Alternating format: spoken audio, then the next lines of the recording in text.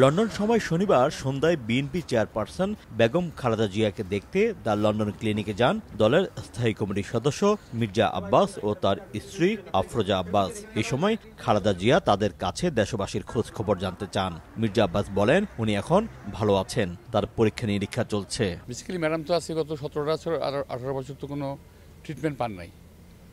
তো এতে উনি আগে যদি ট্রিটমেন্ট পেতেন তাহলে হয়তো আরও অনেক ভালো হতো, কিন্তু সেই ট্রিটমেন্ট সৌভাগ্য আমাদের হয়নি।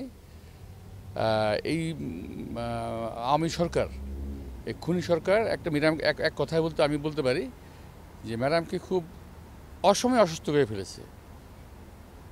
একটা মানুষ যতটুকু সুস্থ থাকা দরকার ওনাকে সুস্থ থাকতে দেওয়া হয় না ইচ্ছাকৃত।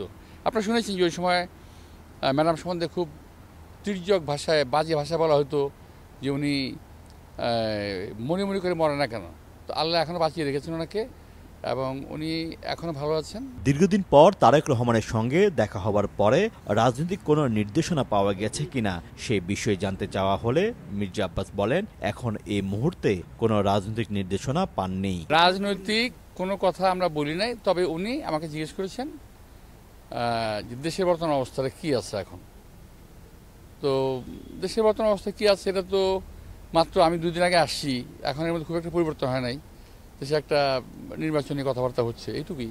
জাতীয়তাবাদী মহিলা দলের সভাপতি আফরোজা আব্বাস বলেন দেশের বর্তমান অবস্থা জানার পাশাপাশি মহিলা দলের খবর নিয়েছেন বেগম খালেদা জিয়া। কেমন আছো, নাতি নাতনি ছেলেমেয়েরা কেমন আছে, তারপর দেশের অবস্থা কি, সবাই কেমন আছে, মহিলা দলের সবাই কেমন আছে, সবার কথা জিজ্ঞেস করেছেন। কোনো রাজনৈতিক আলোচনা না, বাট সবার কথা জিজ্ঞেস করেছেন কেমন আছেন এবং দেশের কথা জিজ্ঞেস করেছেন সবাই কেমন আছে। শুক্রবার বেগম খালেদা জিয়া ও তারেক রহমানের সঙ্গে সাক্ষাৎ করার জন্য লন্ডন আসেন এই দম্পতি।